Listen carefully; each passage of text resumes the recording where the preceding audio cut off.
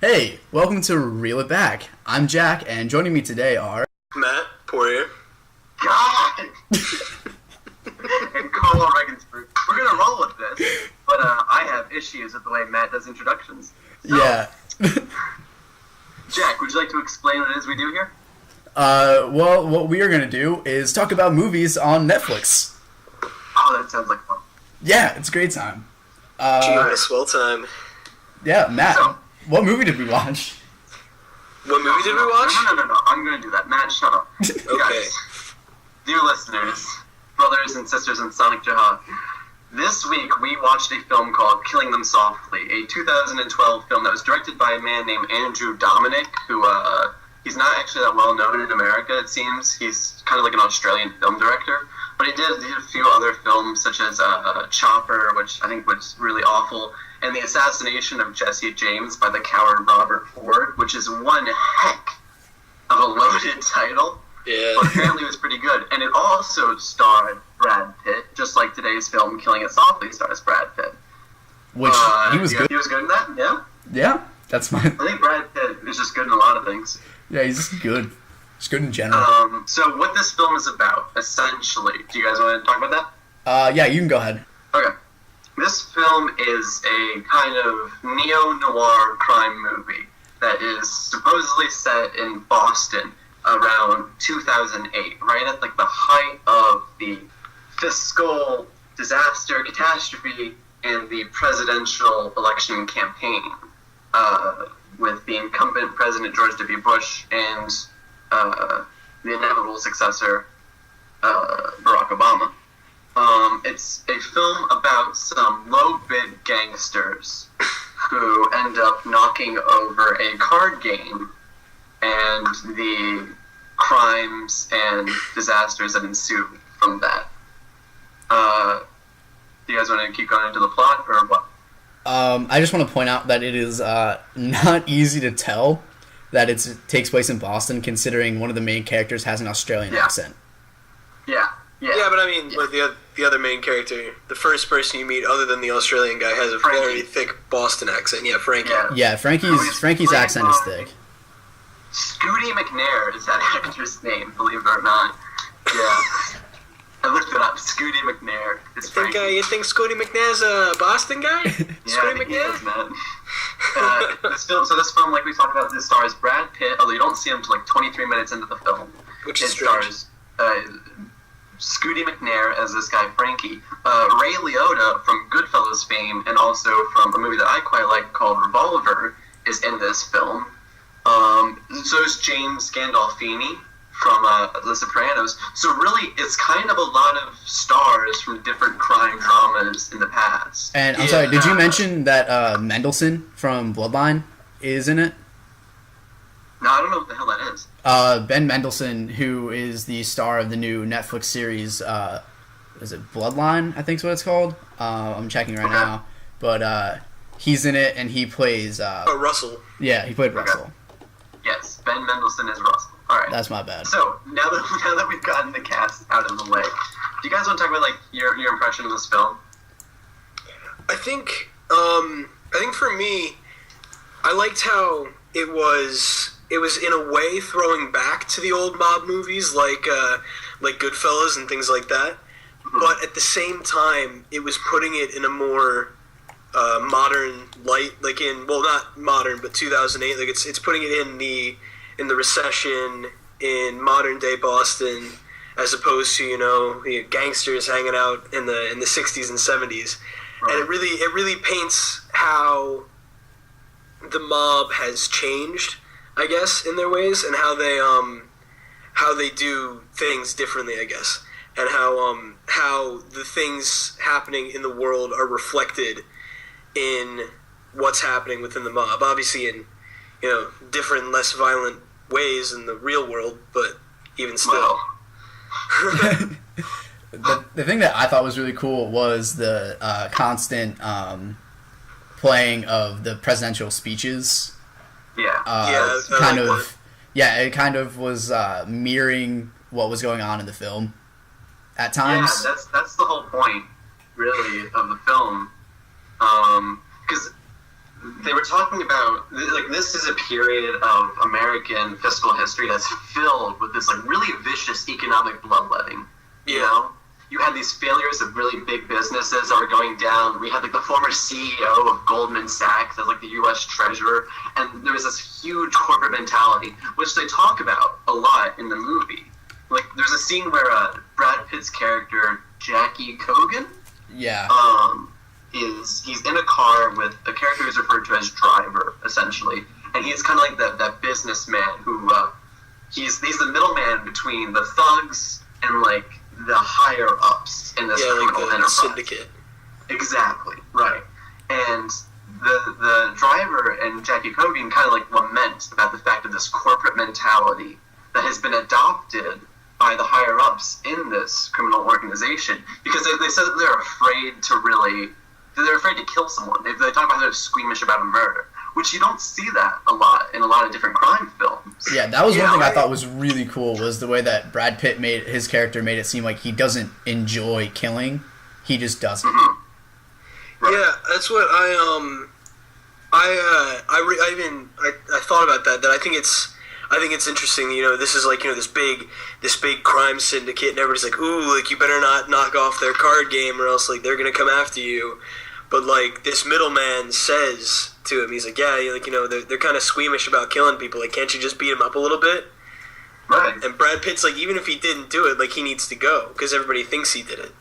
Like, Brad Pitt's like, I'm making the good business decision for you. Yeah. We should explain that.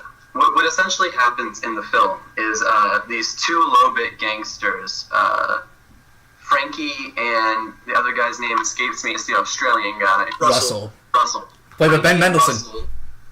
Played by Ben Mendelsohn. Frankie and Russell, they get together. They're kind of low-bit criminals. They've served time, and they're approached by this kind of low-level Boston crime boss who's called, he goes by Squirrel, essentially. Yeah, he's a friend of Frankie's. Frankie worked for him before. Johnny Atamato, that guy?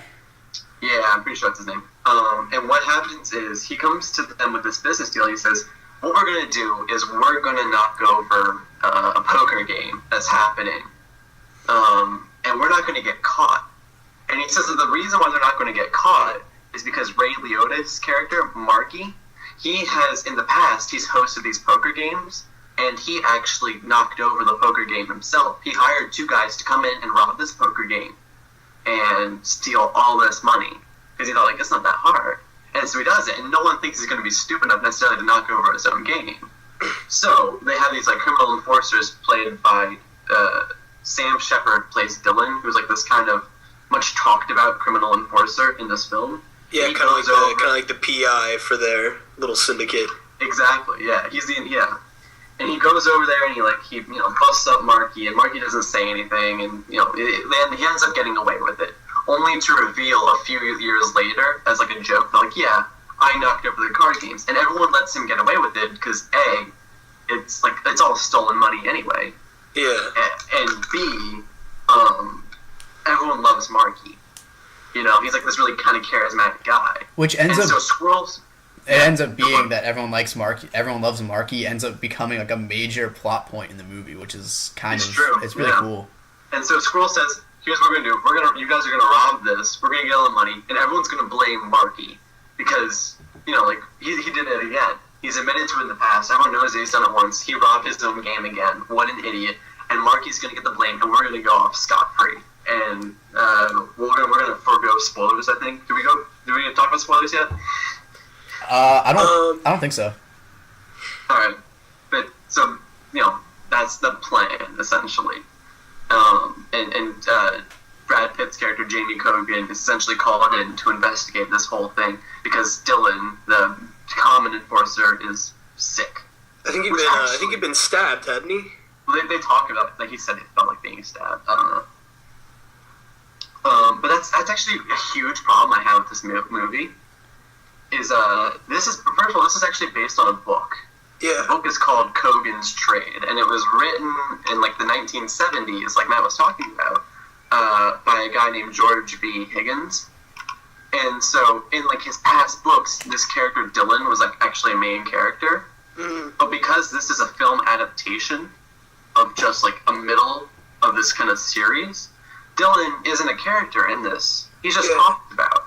And he's only in that one scene or used as a tool to scare little people, saying like, "Oh, but I'm a friend of Dylan's." Right. And, like, scares Frankie and stuff like that. Yeah. And it annoyed me that he was such a big character in this film, because in every other scene we talk about Dylan. You're like, what's Dylan think? What did Dylan do? What's Dylan's price?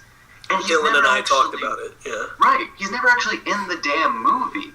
And the thing is, you can have some characters that are as powerful of an absence as they are if they're present. But I didn't get that at all, because I have no basis for who this guy is. Yeah, other than seeing that one scene where he brings in the big dude who pushes Ray Liotta around in his trailer, and that's it. Right. Exactly, that's it. And even then, he just does that and leaves. Like, he just... Right. They push him out the trailer and go, alright, he's good.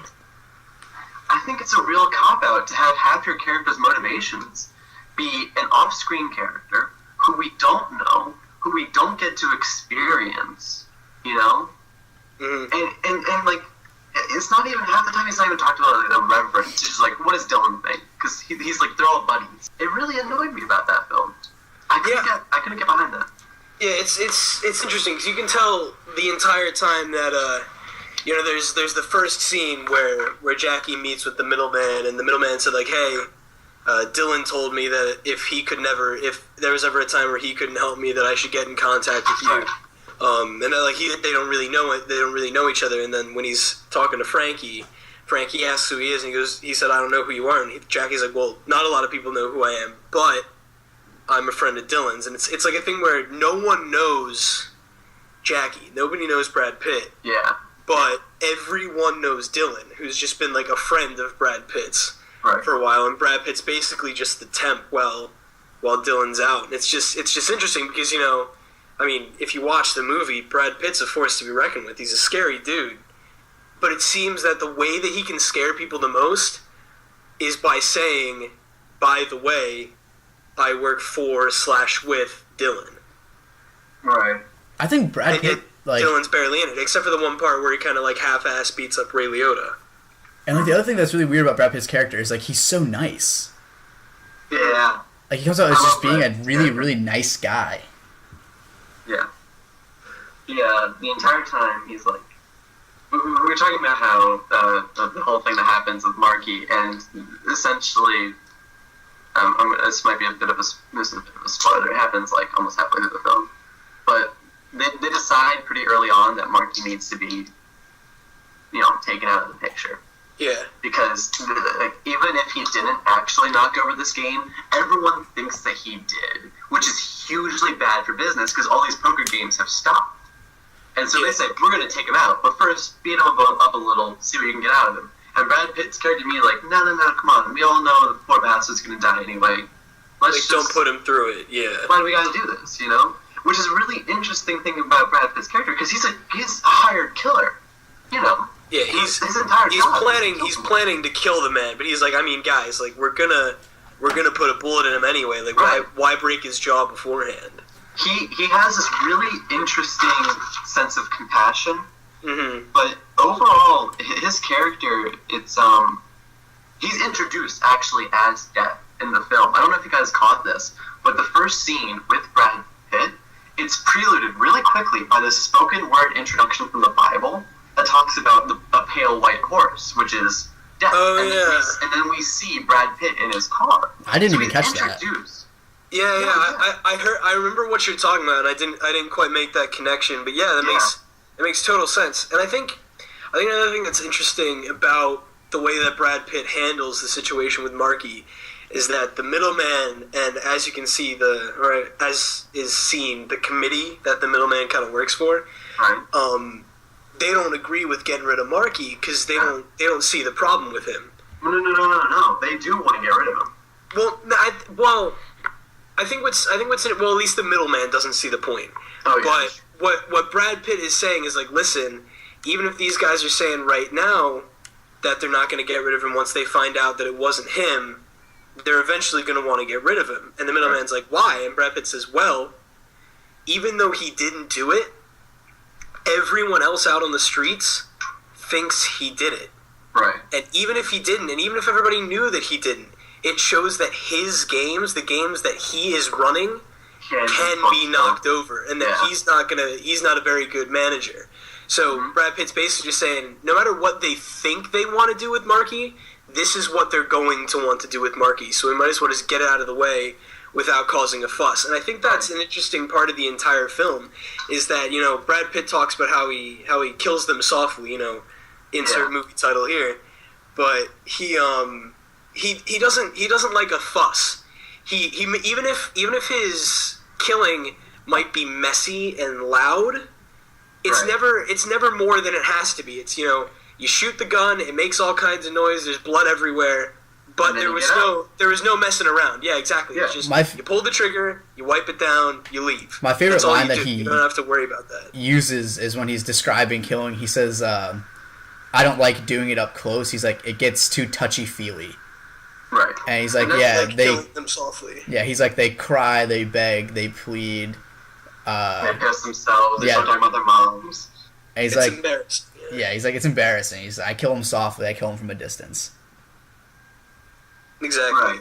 Which actually, that brings us to another really interesting point of the characters in this film. And then what it comes down to is this film isn't about gangsters or crime.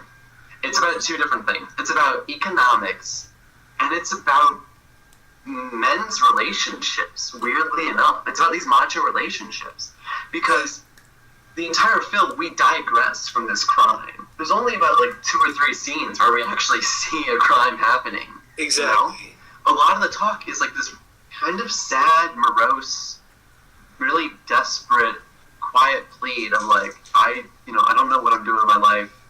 Yeah, any of the scenes, the scenes where Jackie's talking with Mickey. Yeah. Mickey's just talking about how futile. I love James Gandolfini's character because he's just so interesting. He talks about his decaying marriage. He talks about how if he is going to go to prison, what does he go to prison for? He spends all his time. He's supposed to be killing someone. He spends all his time just whoring around in a hotel and thinking of better days. And it's really interesting.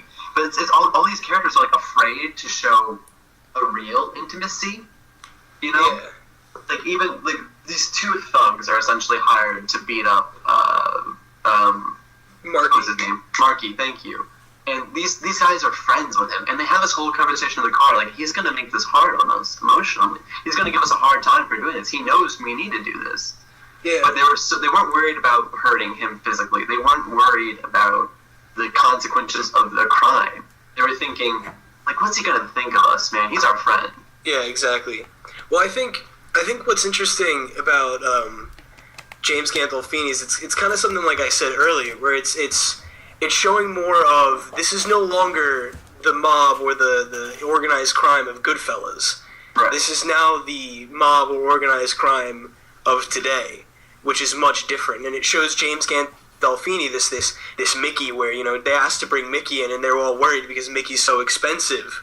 Right. And he comes in, and he's just such a flop, and it just shows that he's just this character from a different time. He's left over from a previous age of crime, and it's something showing that characters like Brad Pitt are going to be the kind of people who are going to be replacing him. Right. In the grand scheme of things. And it's just, everybody looks up saying, oh, Mickey was this great hitman, he's going to be the best. And yet he gets there, and he immediately, in the first scene that you see him, pounds down 2 martinis and 2 beers. Yeah. And even Brad Pitt, who, is in the bar with him, is you need to slow down.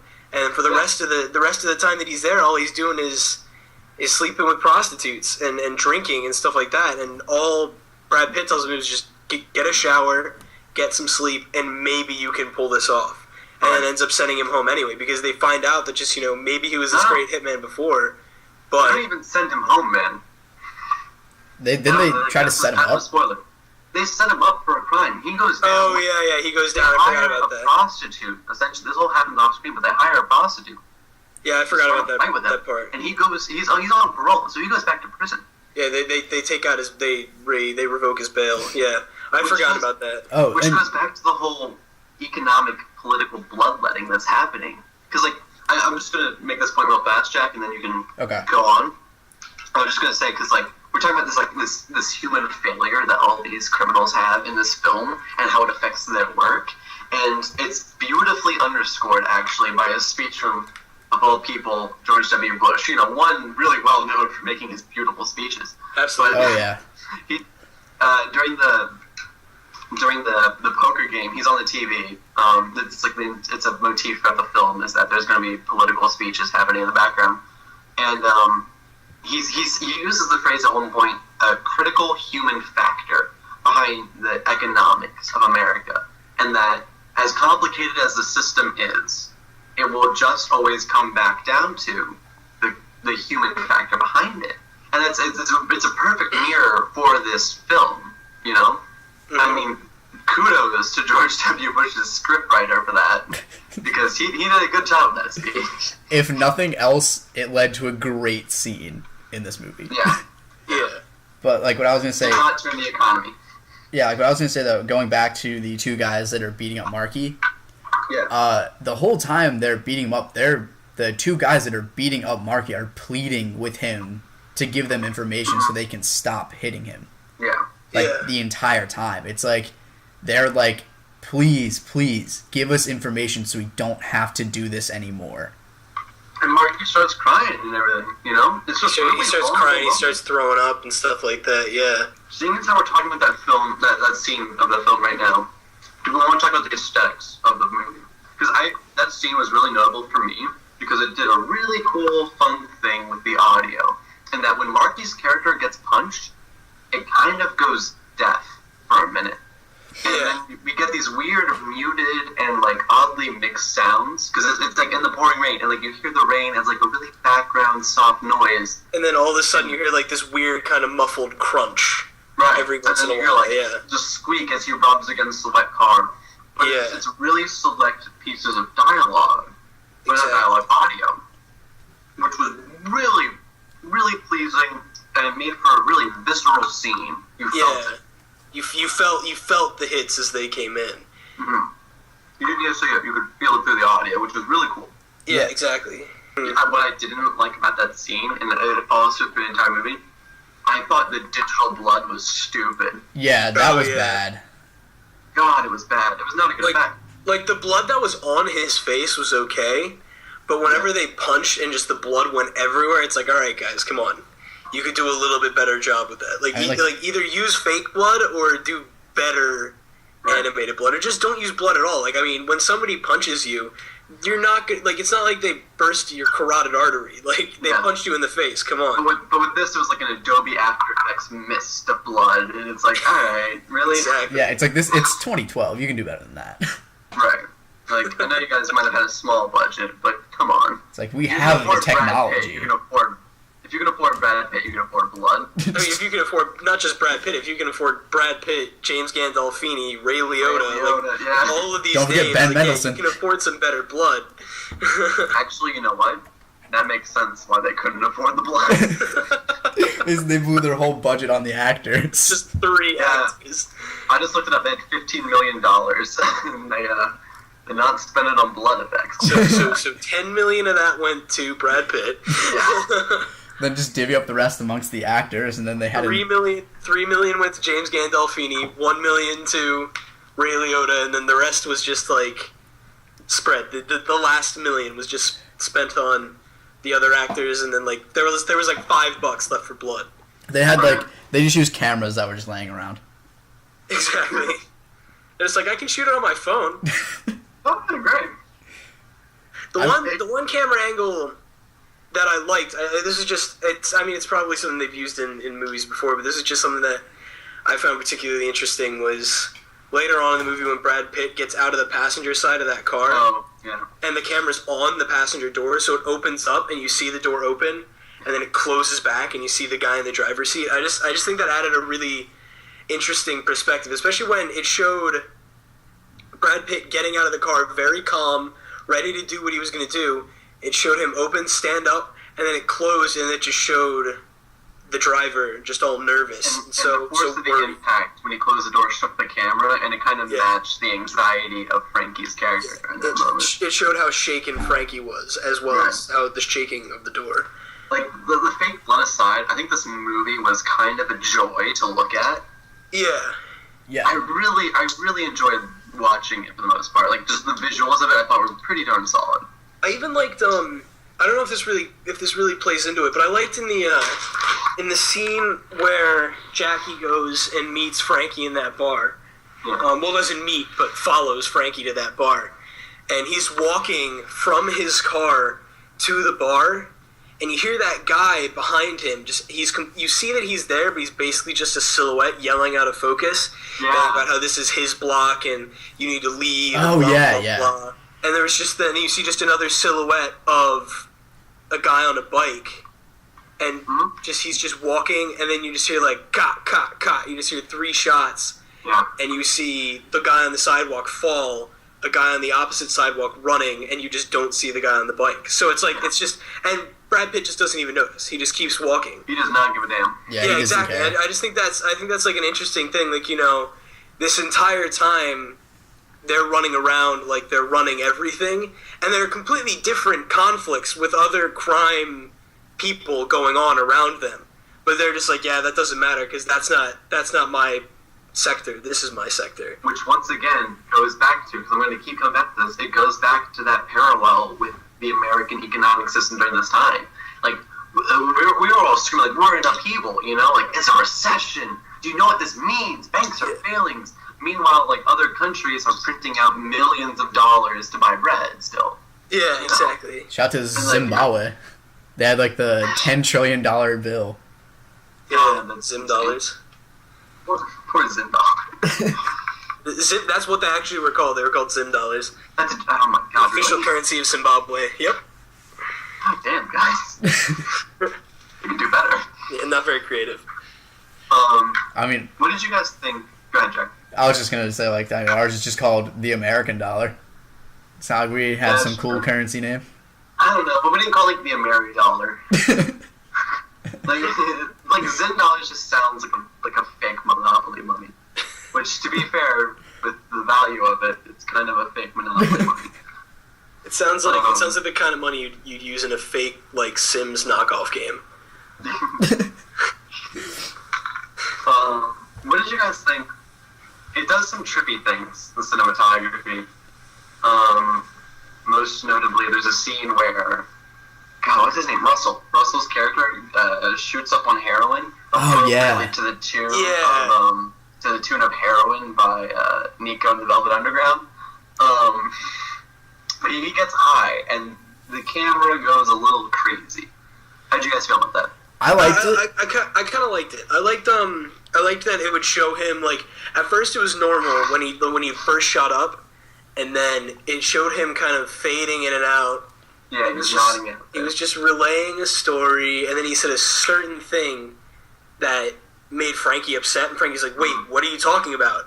And then it would just keep fading out, and Frankie's voice would get slower, and then suddenly he would be like, Russell, come on, like, what are you doing? And he'd snap back into it, and suddenly he'd be focused again, and then it would slow down, and images would double, and it would get blurry. And I liked how he was like snapping in and out of it, while Frankie's just frantic about like what he's told him. And I just thought that was a really interesting way to do that. He sealed their fate because it's a goddamn idiot. Yeah, exactly. He talked to the wrong people about the wrong things. Yeah. Which I thought that was kind of funny, like the way that it all ended up coming down to like Russell just talking to somebody. That pretty much set the whole movie up. Speaking of funny, dude, I thought this movie had tone problems. It's like comedic. Yeah, at some points it was weirdly funny. Yeah, way like too long. I thought it was comedic. Yeah. Yeah, there was the one scene where I think it was that scene where Russell shot up, but they were talking about him going to Florida. With the dogs, yeah. With the dogs. We couldn't roll the windows down because we didn't want the dogs to escape, yeah. And then he did the weird, like, accent. The way they did where he was like, yeah, he lit a rag on fire in the gas tank, and the car, instead of the car blowing, it just blows up, it goes backwards and just hits the other guy. Yeah, exactly. It was just like, I mean, like, I see, like, that story made a little more sense because that was a way to just, like, through, like, you know, a friend telling a friendly story, that was a way to introduce the issue of about who Russell was talking to. But at the same time, yeah, it was like at the very beginning of the movie when Frankie and Russell are first meeting with Squirrel, and they're just talking to him. I think Russell's character was really the one who just kept making it weirdly comedic. Yeah. And like he would say certain things to Squirrel when he was first meeting with him, or say certain things to Frankie about like who he was sleeping with later and stuff like that. And it made it like weirdly casual, and like from then until Brad Pitt's character starts looking into things, it's just a weirdly loose kind of feeling about it. And then once Brad Pitt kind of actually starts going into things and looking into it, it gets more serious. Once Frankie feels that he's down to the wire and he's afraid, that's when it starts to get that more serious tone. But up until then, it's some serious things that are happening, but they're just kind of silly. Like even the thing when they're about to knock off the party, and Russell hands Frankie, he hands him dish gloves and a sawed-off shotgun, but the sawed-off shotgun, like, the shells are sticking out the end. Like, it was sawed off way too short, And, like, the masks that they were wearing. Yeah, just the stocking. God. Yeah, they were trying to stocking. Push their noses up like pigs. Oh, that was so weird. It looked painful. Yeah, that did not look comfortable. They were, like, sweaty and gross, and it just did not look like a pleasant time. No, it did not. For either the characters or the actors. God. Poor Ben Mendelsohn. Or Scooty McNair, dude. Oh, true. Forgot about Scooty. But one of the things that interested me particularly about just the characters in general in this movie was they each represented a different section of what you would consider like the crime group. Because there was the middleman guy who was kind of like Tom from The Godfather, who he was advising, but he wasn't really involved. And the middleman in this was even less involved than Tom was. Like, he didn't actually deal with the business. He was just kind of talking with each of them. Well, he dealt with the business, but he didn't like Fredo? Is that who? No, not Fredo. Tom was the consigliere, the one who went out to California and like he was talking to the film exec. Yeah. So like he didn't actually go out and like run businesses and kill people. He was more of just like doing meetings, running meetings and things like that. Right. But and then there's Frankie, who represents the guy who could do decent things in this whole scenario, but just keeps getting with the wrong person or taking the wrong job. Also, he's got like a naivete to the whole thing. Yeah, exactly. He's really focused on this friendship. He's more focused on supporting Russell and trying to get Russell to do something good, or well, not good, but you know what I mean. Yeah. Then like he is like actually doing a decent job and making sure that Russell keeps his mouth shut and making sure that they can get away with it. And then I think then James Gandolfini representing the old mobster who's now kind of down on his luck and isn't as focused on his job anymore and is more focused on his life. And then there's Brad Pitt, who's the up and coming mobster, who's like I'm gonna come in, like I know what to do, and I'm willing to make sort of decisions that the other people won't make. And then there's Russell, who's just kind of the drug addict who met with one of the guys. He's the two-bit bug. Yeah, exactly. He's the one who met with the guys who met with somebody in the group in prison or whatever, and just like the one guy's like, yeah, he's a decent guy. Like Frankie's like, he's all right. I'll pull him in on a job. But it's kind of like almost like a GTA-esque thing where you're a two-bit gangster. You just happen to meet a mobster. He's like, hey, you want to help me with some jobs? Right. And that's what ends up screwing them over. Is like Frankie knows how he has to run these things. Squirrel knows how Frankie has to run these things, and that's why Squirrel's so nervous about Russell. Is because he just knows that Russell doesn't know what he's doing. Right. And Russell's just like, yeah, like I'd be better off selling the purebred dogs, but I mean, like I guess I can do this. Yeah, that was and it shows like a different kind of each of the kinds of people that are involved in the whole situation. They're all very different and represent a different sector of, I guess, crime at that point. I think that the fact that Russell kidnaps purebred dogs and kidnaps them, takes them to Florida, and resells them. That is just such a weird crime. It really is. And I don't think that had much of a place in the film, I'll be honest. Yeah, like, I think it was just kind of a funny thing that Russell, being the kind of comedic character, did. Yeah. Because, like, most of the humor comes from his end. Yeah. At least at the beginning, yeah. Yeah, at the beginning it does. And then after they knock off the card game, he kind of is always, every time you see him, he's kind of just drugged out. Yeah, Yeah. he's drugged up out of it. Well, because his idea was to requiem for a dream, and he makes the same mistake, and he ends up getting hooked on his own supply in a lot of ways. Yeah. Yeah, exactly.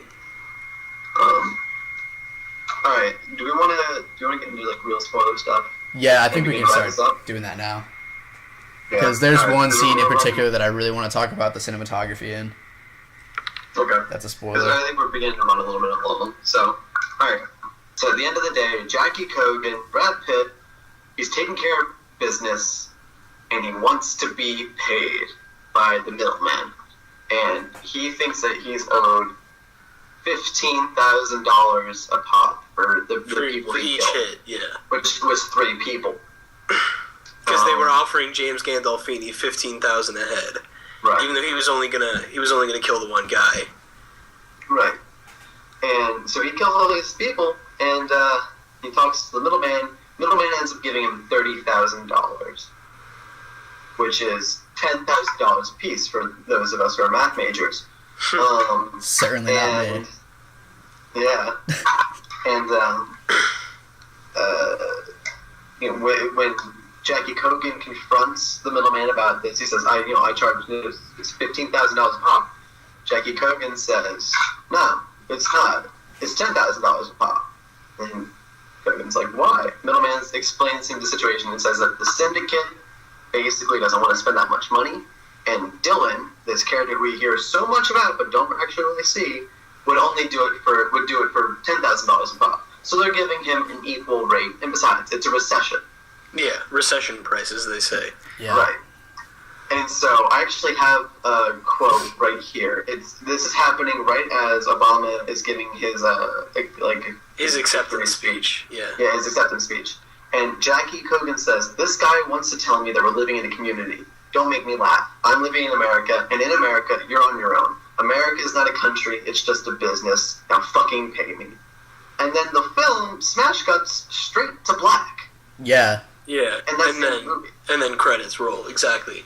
That was just a really good way to end that for me. I think because like I had been seeing the whole movie that there was kind of going to be this transition, to where Cogan was less of a temp for Dylan and more of just like he was going to be who they were dealing with from now on. Because you could tell that he was kind of that, like the way that they wanted things to be run, the way that they were used to Dylan running things was not the way that Brad Pitt wanted to run them. And so like you could see this happening throughout he was sowing the seeds to take over, and so when when the middleman finally says, "Well, you're going to have to take it up with Dylan," and Brad Pitt goes, "Well, Dylan died this morning." Yeah. And then the middleman just doesn't know what to say. He's like, "Well, that's very unfortunate." But like Brad Pitt's basically saying like, "Listen, I did things that you guys didn't think I should do, that you guys didn't think I could do, but I did them because it was in your best interest. So you need to pay me more, and you're gonna have to get used to paying me more because I hired outside help. You were willing to pay him this much. You should be willing to pay me as much as you were going to pay him for the job that I did for him." The thing And they just didn't. It was like a weird thing where the guy's like, "Oh yeah, but like now that we're dealing with one of our people instead of this outside hitman, like we should get a discount price, I guess." But he didn't want to have that. And it was a really interesting, parallel with again the economics of the day, because it was showing like it also showed because it was Obama's acceptance speech, so it was showing the parallel of the other shift of power. It shifts from, Bush to Obama. It shifts from Dylan to Jackie, and it's just showing that it's shifting over. And like even if Dylan was gonna only accept 10, like no, this is different now. You're paying me 15. Right. So Yeah, it was just it showed another parallel to what was going on in the world at the time. And my What are your favorite. thoughts on the end? What was that? What are your thoughts on the end, man? I liked that when Brad Pitt was demanding the money, and the middleman said, "No, I'm gonna pay you 10," and then he's like, "You shouldn't be demanding me more money because this business is a business of relationships." And then Brad Pitt just goes, "Yeah," and everyone loved Marky, and he just had to kill Marky, even though everyone loved him. Like, the way that he phrased that was great. And then he gave this speech about Jefferson. I don't remember exactly the speech, but you can. When he said, Thomas, all men are created equal, like he said, and that he was just some rich wine connoisseur who let some other people go off and fight and die for these ideals, while he stayed home, drank wine, and had sex with his slave girlfriend, and he didn't even support his children afterwards. So he's essentially positing that the country in itself, they're talking about these notions of freedom and community, is based on a false positive.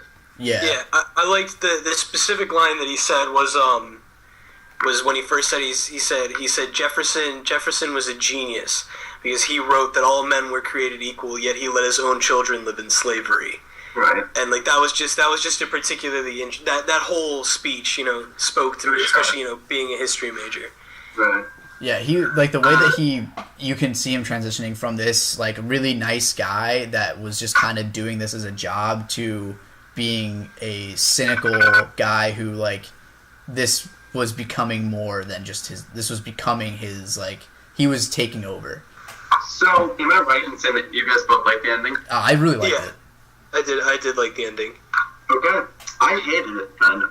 I remember you saying that when we first started talking about this movie. I'm not a fan of the ending. And here's why.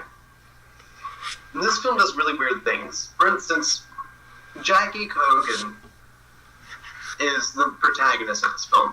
We don't get a chance to see him until 20 minutes into the film. Yeah, exactly. So for 20 minutes of the film, you're given this false protagonist with this false character goal, and we're anticipating a different result. And then all of a sudden it switches to Jackie Cogan, who's kind of barely there, but he ends up being our protagonist. Yeah. He's the main character of this film. That's based on a book called Cogan's Trade. Yeah. And at the end of this film, he does not achieve his goal as a protagonist. Because his goal, you can argue, is one of two things, essentially. Get paid or do the job. I say it's get paid. Yeah. See, I would say it's do the job. Really? Yeah. I was thinking just get paid. I think the entire time he's focusing more on doing a good job for the client than getting the client to pay him. Because if he wanted to just get them to pay him, he would have said, yeah, that's okay, just beat up Frankie. But he said, no, you're just going to want to kill him anyway. So he was trying to just make it easier for them the entire time. I think he was more focused on pleasing them than he was on getting the money. I mean, obviously at the end, he's like, now, look, I did this great job for you. You should give me the money. But I think he wasn't thinking as much about the money until Dylan died. And he realized that it's my money. I totally disagree. I think he hates the syndicate from the beginning. He can't release the new syndicate because he can't stand the way it's being run. He mentions that a few different times. Yeah. He talks about how squeamish they are. And even though he doesn't talk about money for a lot of the film, the entire film is about money. It's about money in these relationships. Mm-hmm. And Jackie burns all these relationships, and he's left with money. Because the whole film is about people saving their skins and selling out each other and scapegoating and blaming in order to keep their money. It's about that, and it's about being afraid to take action. So what does Jackie Cogan do? Jackie Cogan takes action, takes charge action, which is what they're talking about all the while in the background of the presidential speeches. And then he needs the money, and he doesn't get the money. And to me, it's kind of a really unsatisfying ending in a way, because it leaves his issue totally resolved, and it leaves the film, for me, feeling kind of pointless. And it works in a way. It doesn't work for a film. It works as an ending in a literary sense, and you can very much so see that this is a film based on a book at that exact moment, because it's totally okay for a book to end like that. Absolutely. Yeah. But for a film to end like that, the simple fact that we all knew, like, this is remarkable, like, this is something to comment on, is that it just cuts like that. It's so weird and out there. And I don't know if it necessarily worked for me. Yeah, I see where you're coming from. Like, it is kind of, it leaves some unresolved issues. But I think that in a way, I think that's what I liked about it. I don't know why, because usually I don't like things like that. Usually I'm looking for the answers. I want all my questions answered by the end of the film. Is out there. Yeah, exactly. Hunt the Watching truth. a lot of X-Files lately. Yeah, but I wanted to for whatever reason, I just thought that this was something better left to the imagination. And I don't know why, because like I said, most of the time, especially in movies like this, I'm looking for answers at the end. But when it just ends with Brad Pitt saying, "Now fucking pay me," I just, for whatever reason, I thought that was just a good way to say, like, listen, he's taking charge now. You can imagine where it goes from there. Either he doesn't get his money and he does something about it, or he does get his money and he doesn't have to do anything about it. I don't know. For whatever reason, it was an interesting way for it to end for me. It's a fair point. Yeah. Personally, I don't know why, because like I said, I normally don't like unresolved issues, but that was a good way to end it for me. I don't mind the unresolved issue part of it. I don't know why. It's just like, I don't mind when movies leave you with questions and stuff. I think it's kind of cool when they do that. I don't expect to have all my questions answered by the end of the movie. And as you said, it was a book, and it wasn't the first book, and was it the last book? I don't believe so. I don't know for sure. I mean, I thought it was there's still a I thought story. it was just a standalone book. Well, technically they're all standalone books, but they have overlapping characters and events. Yeah. It's like it's not a continuity between books. It's like you don't follow one specific character, but they reference things that happen in other books. Okay. Because it's just like... I don't know if it's the first or last, but or it's the last one, but yeah. The way it ended for me wasn't... I think it just ended well with... It ended with good dialogue and just a strong, like, I don't know, I guess message that character-wise, not necessarily like a theme or whatever, but like the character had reached a new point as a character, and they were like, all right, yeah, let's just end it here. And Smash, he wants his money, and for me, that's totally cool. I don't mind it at all. For the record, he wrote 24 books after this one. They weren't all related, but he did write other books. So it was definitely not his last. That has been determined. All right. See, Jack, I'm gonna take umbrage, if I may be so antiquated, with what you said, because I understand enjoying the film, like having questions after a film ends. But where I'm going to take exception with this film is that I think those questions should come organically from you. The film should leave you with a thought that then makes you think, and it makes you question other things. And you have questions then about the nature of these relationships. But here, in this example, it was a question that the film posed. Will Jackie get paid? And then it's a question that it doesn't answer. And I'm not necessarily sure that the mystery of that works here. That's true. You know? Because Jackie's obviously doing pretty well for himself. It's not like he needs this money, but he demands it, which is cool, I think. But you don't get to see necessarily how that's resolved. I don't know. We all seem to have a few different little opinions about this. Mm-hmm. I don't know. It wasn't for me, maybe. Overall. Thoughts overall on the film, maybe? I thought it Good. was a lot of fun to watch. It was short, for instance, like a Pulp Fiction, where you have to cut out a large time to sit and watch it. It was an hour 36. Yeah.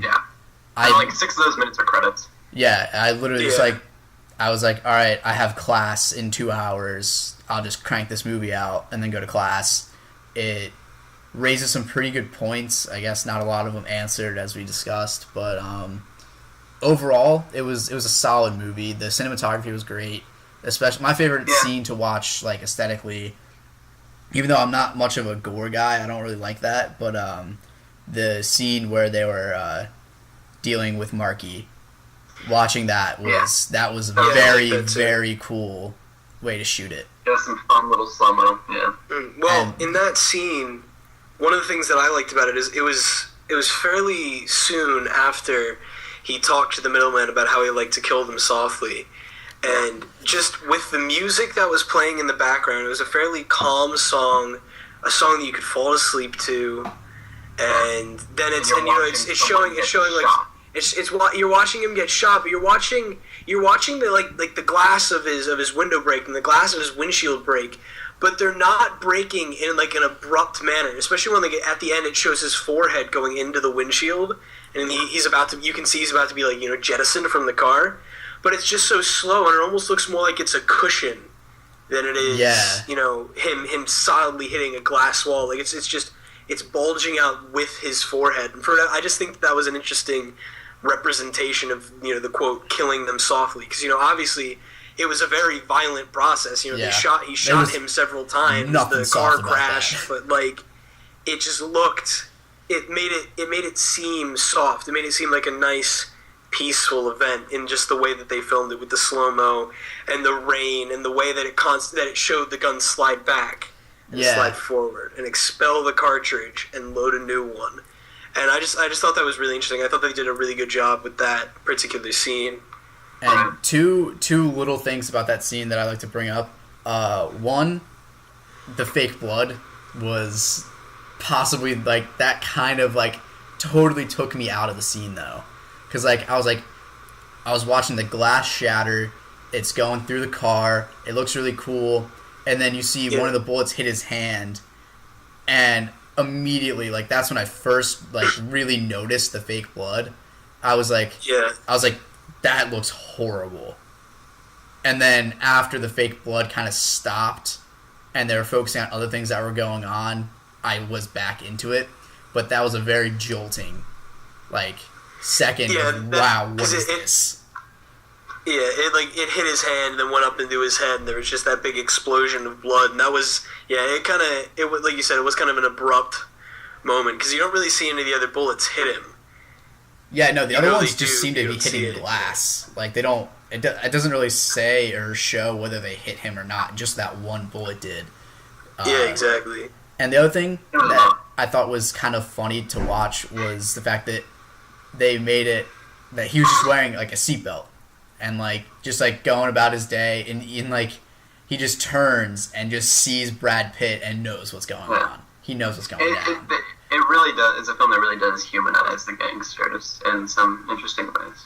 Mm-hmm. Matt, your final thoughts on the film? My final thoughts on the film? I think it was really good. Like kind of what Jack was saying. I liked that it was a little short because I love this kind of movie. This like this kind of drama where it's something you kind of have to think about, and it has deeper meanings and a deeper message. But usually when you get a movie like that, it's like 4 hours long or something like that, or even 2 hours, 2.5 hours, and it just takes a long time to watch. But I like that it took that kind of a movie and just made it shorter. Again, like Jack was saying, I think it just, like I said before, I liked that it made like an old mobster movie, like a Goodfellas or a Godfather, but at the same time, it showed them more as people. It wasn't like a Don Corleone who didn't have to worry about anything. He was living up in his house. It was more showing like the gangsters. Yeah, not worrying about a lot of things, Matt. Well, yeah, but they shot Sonny. They shot Sonny on the causeway. He's dead. Spoiler alert from the 1970s. Yeah, but anyway, I think it's past the statute of limitations on spoils. Absolutely. But anyway, like I like that it showed like the actual kind of mobsters, almost in like a Goodfellas kind of sense, but even more so, where it's they're not these big glorious gangsters who control things. It's especially nowadays. They're more like guys who still get together and play poker in the back room of a restaurant in the middle of the night. Yeah. But still want to deal with things. But they're, again, running themselves more like a business than they are running themselves like a family. Right. And it was a really interesting, like, picture of how much things have changed and how it didn't glorify mobsters like it did in the other movie. It showed that it was kind of like a sad, dirty kind of world to live in, as opposed to, like being like, I mean, obviously, shots on the causeway, but at the same time they're driving nice cars and wearing nice clothes and running around and stuff like that. But in this, they're just not. Marky lived in a trailer. Exactly. Yeah, like they showed him at his house in a trailer, and they beat him up throughout his house in about 3.5 seconds. Exactly. They pushed him from the front door out the back door in 3 seconds. Yeah, exactly. It's alright. I think it's an interesting film. I do. I think it's worth the watch. It's enjoyable. It's a pleasure to watch. Like visually, it's really good. There's some really nice tracking and panning shots. There's a lot of intensity and suspense to these scenes, and they don't often play out the way you think they will. Violence in the film is surprising and it's shocking, and that's cool for this film. There's some really good metaphors that are happening. I think kind of at times it's heavy-handed. I mean, every other scene you have the political speeches, and I mean the film opens up with like the acceptance speech, and it closes with like fireworks, and like everyone's going crazy after Obama won, and they even call direct attention to it. Yeah, which I thought was kind of, I don't know, it made me roll my eyes a bit, but there's some other good metaphors in it that are from the book. Like I asked Matt to take a look at the cars that they were driving, and Matt, am I correct that pretty much these cars will probably reflect their like monetary standing? Yeah, kind of, because I mean, like the middleman, drives like obviously a 2008, but like a newer Lexus, which is a nice looking car. I mean, 2008 back then. Yeah, exactly. Like it was a nice car back 2008. Exactly. But and then most of them just drive like old Lincolns, like 70-something, 80-something Lincolns, which are just they were great back then. Right. But they're just kind of garbage now. And then you see even after they knock over the game, Frankie goes from driving like a crappy old Lincoln to driving a crappy old GTO, which is like, it's still crappy. It's just a little bit less crappy. Yeah, it was like they had like the mismatched doors and... exactly. Yeah. And then what I think is really interesting is that they have Jackie driving a 70s Charger, but for him, what's interesting about it is all of the other ones, they're driving these old cars, and they're old, and they're beat up, and they're not very nice, and it looks more like they're driving them because they're remembering, like, oh, I remember when I was a kid, when the gangsters would drive around in something like this, or I remember when I first started, and, like, this was the car that I wanted to get. But it looked more like for Jackie that he was driving that car. It was this old 70s Charger, but he kept it real nice. It was nice and clean, nice and shiny, no dings. It looked like he drove that car because he's like, no, this is a car that I want. This is not a car that I'm going to have because I think that I need to. This is a car that I really like, and it makes me look like a badass, so I'm going to drive around in this. Which goes back to him demanding the money at the end. Exactly. So there's some really nice parallels there. Thank you for taking note of that, Matt. Of course. The resident car guy. Overall, Matt the car guy. Dude, you should. You know how like one of the Car Talk brothers on NPR died?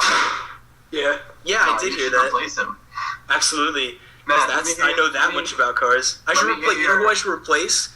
I should replace Jeremy Clarkson. Oh shit! Didn't they just shut down the show? What? Because Richard Hammond and James May haven't officially left, so they haven't shut it down yet. I heard that they were just gonna walk. They probably will, but Matt the Clarkson. Exactly. I'm down for it. But yeah, I think overall we would support you. We will support you in your trip to BBC. Yeah, we've got clout with the BBC. I don't want to brag, but we're power players over there. Absolutely. Across the pond. Yeah, for all you listening, we might seem like nobodies who could just record a podcast and did, but especially we're pretty big. We're pretty big in rural Wales. Like we got a cult following over there. I lived next door to Gareth Bale for a time. Yeah. Welsh people will get that. I get it. I don't get it. He's a But, soccer alright, player. Closing thoughts here, I think. Killing Them Softly, 2012 film directed by Andrew Dominic, a guy who, by the way, exclusively seems to do book adaptations. Seriously, he's working on a Cormac McCarthy adaptation, and the other two films he's done have been adaptations. So take that as you will. I mean, it's his priorities straight. It's a stylish film. It's cool. It's collected. It's really fun to watch. Good characters. It's worth your time if you want to watch something. Yeah, and the acting is also very good. The acting's solid, yeah. Yeah, especially from Brad Pitt. I like Brad Pitt as an actor, and I think that he really, really did well in this film. And it's a good ensemble. Yeah. Follows him. Gandolfini's character, I think Gandolfini does a great job at playing that character. Yeah, he did. So yeah, I think if you guys want to check it out there, go ahead. Sorry we spoiled it. Yeah. But from now on, we'll be giving you a hint. Yeah, from now on, what to watch. The debut pod spoiled it, but the next pod we will be watching a different movie. We'll tell you in a minute when I remember what movie we're watching. I got it. Don't worry. We are going to be watching a film called The Double. That's right. All right. The film stars Jesse Eisenberg, who you guys may know from The Social Network, little-known film. It's a black comedy. Shout to Aaron Sorkin. Oh my God! Wait, who's this director? I think. Hold on, guys. You know Moss from the IT Crowd? Yeah. Yes. He directed The Double. By the way. Oh God. Oh, that's fantastic. That's beautiful. Yeah, Richard Iwadi. The son of the at the door. I did not know that. He directed The Double, which is the film we will be watching for our next podcast. It's actually another kind of adaptation. It's based on the novella The Double by Fyodor Dostoevsky. Little known writer. You guys might have heard of him. So, if you guys want to, go ahead, watch that movie, and then hear our stupid opinions on it. Absolutely, because we have the opinions that matter. That's true. Yeah. Because we have all gone through a solid semester and a half of college. Yeah, and Carl's in an art school. I'm studying film at college, so... I'm studying history. And I'm marketing. So my points are relevant. My points are very relevant. Together, we could sell you a pretty good film about history. Absolutely.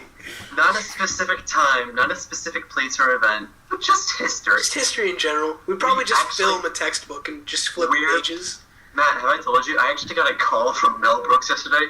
We've been signed on to do History of the World Part 2. It's coming. Yes! And I'm in charge of selling. Hitler on Ice? I don't know. You guys both out at the same time. Does that mean we get to film Hitler on Ice? Yes. As was promised in History of the World Part 1? And then, Jack, could you sell this movie for us, please? I could. I definitely could. All right. Because Mel Brooks couldn't sell it himself. He needs the all he needs to do to sell it for him. All he needs to do is put the name Mel Brooks on it. And it just sells immediately. Mel Brooks, a Jack Dawson production. Yeah, there you go. All right. So, I think that wraps it up. So go ahead, go out there, watch the film The Double. If you have a Netflix account, it's on there on the instant playlist. Go ahead and watch it, and then follow us for our next podcast and hear what we have to say. Yeah, thanks for tuning in, everybody. We'll catch you next week. I'm not sure what day we're releasing this, but we'll get that information out there. And then we'll tell when we're going to do the next one, right? Yeah, we will. I'll get that information out there on our Facebook page. This will be a weekly thing, so. Yeah, we're gonna do this once a week. We'll link this all up with Facebook and all that stuff, so you'll be able to find us. All right, thanks for listening again. Also, let's shorten it for next time. I'm so tired. An hour and 8 is not a good run time. All right. It is not. See you next week.